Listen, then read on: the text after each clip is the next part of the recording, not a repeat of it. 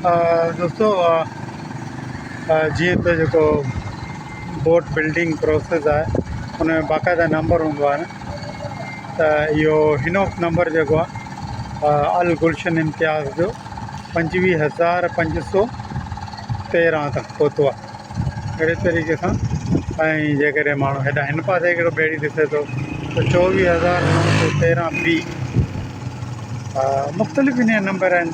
19,779 B L Mustafa आहे, Alyssa आहे, 18,019 B.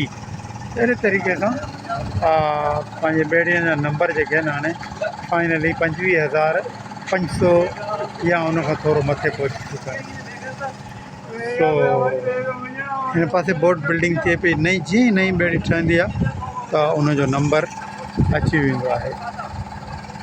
अहिड़े तरह सां इहो बि नंबर आहे।